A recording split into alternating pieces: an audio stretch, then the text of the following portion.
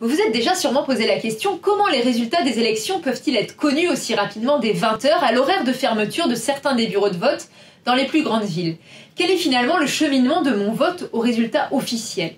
À quelques semaines du scrutin, je vous explique tout cela.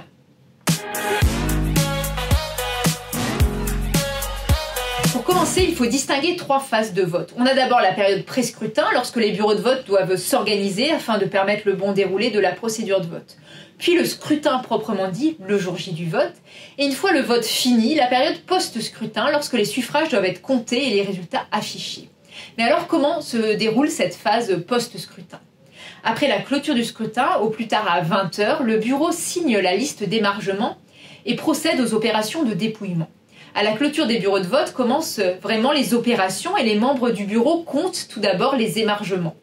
L'urne est ouverte, le nombre d'enveloppes et le nombre de bulletins sans enveloppe sont vérifiés et comparés au nombre d'émargements. Ensuite, les enveloppes contenant les bulletins sont regroupées par paquet de 100.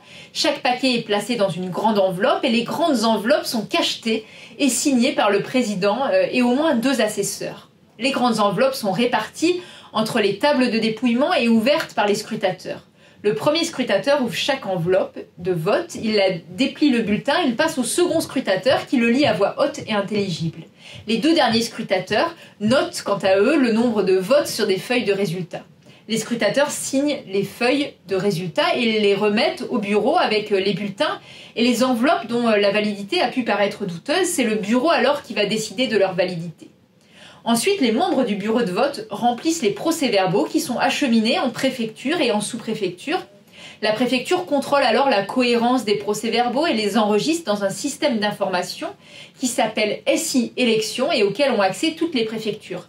Ce système d'information est géré par la direction du numérique du ministère de l'Intérieur qui organise des exercices de remontée de ces résultats avec les préfectures et les mairies dans les mois précédant le scrutin afin de s'assurer qu'il n'y a pas de difficulté le jour J. Enfin, une fois tous les résultats enregistrés, le ministère de l'Intérieur vérifie dans l'application que les résultats sont complets. Ils sont alors rendus publics et publiés sur le site du ministère de l'Intérieur. Voilà, je crois que vous savez tout sur le dépouillement des votes et leur remontée. Alors rendez-vous dans vos bureaux de vote le 10 avril prochain pour le premier tour de l'élection présidentielle.